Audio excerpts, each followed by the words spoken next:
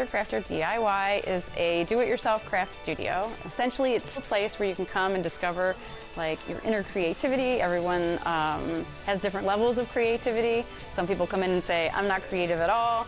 So I just try to encourage them that it's in there, and we just have to find the right medium to use to kind of get it to come out. I didn't want to be just a paint and sip kind of place, or just a board and paint kind of place.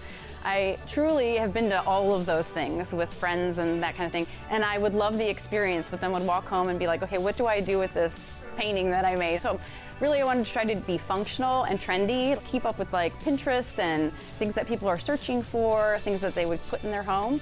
And so I try to offer a little variety of that. Some things I've never done before, so I'm always interested in learning new things too and teaching someone along the way. So just trying to keep a little variety.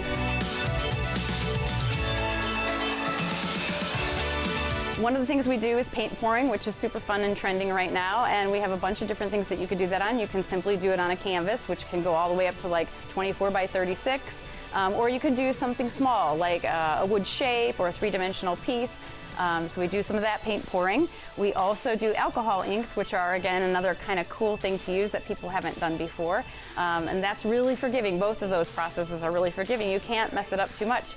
You're dripping some ink, you're kind of spraying some alcohol to get that to move around, and it's sort of like egg dyeing, if you've ever done that, where it kind of creates itself and is constantly moving. So we do a couple different things, resin coasters and resin tumblers, and there's about 50 projects online that you can choose from. The splatter room really evolved through COVID. I did set up the room to have splattering, but I thought it would be kind of like an occasional thing. It was just kind of another medium to use. But through COVID, it allowed like small bubbles of people to come and like experience joy. Basically, you get to go in there, you get an 8 by 10 canvas, which you can prep ahead of time by putting a decal or like a design on it.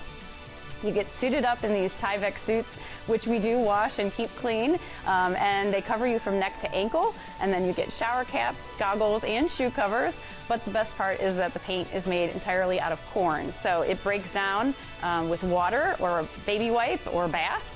It's gluten-free, and they get to go in there and just kind of release and splatter away, and then we dry the canvases here and they take them home with them. My belief is that we were all created and we all can be creative. I also believe that like creating can help heal a soul. As a mental health therapist, I think that there's some importance there to kind of just be self-care, like to be with yourself or be with friends. And sometimes it's the experience that changes you. Sometimes it's making the project that changes you. And I think that if I can be a small part of like healing someone's soul or like healing their heart in some way, then that's the best job I could ask for.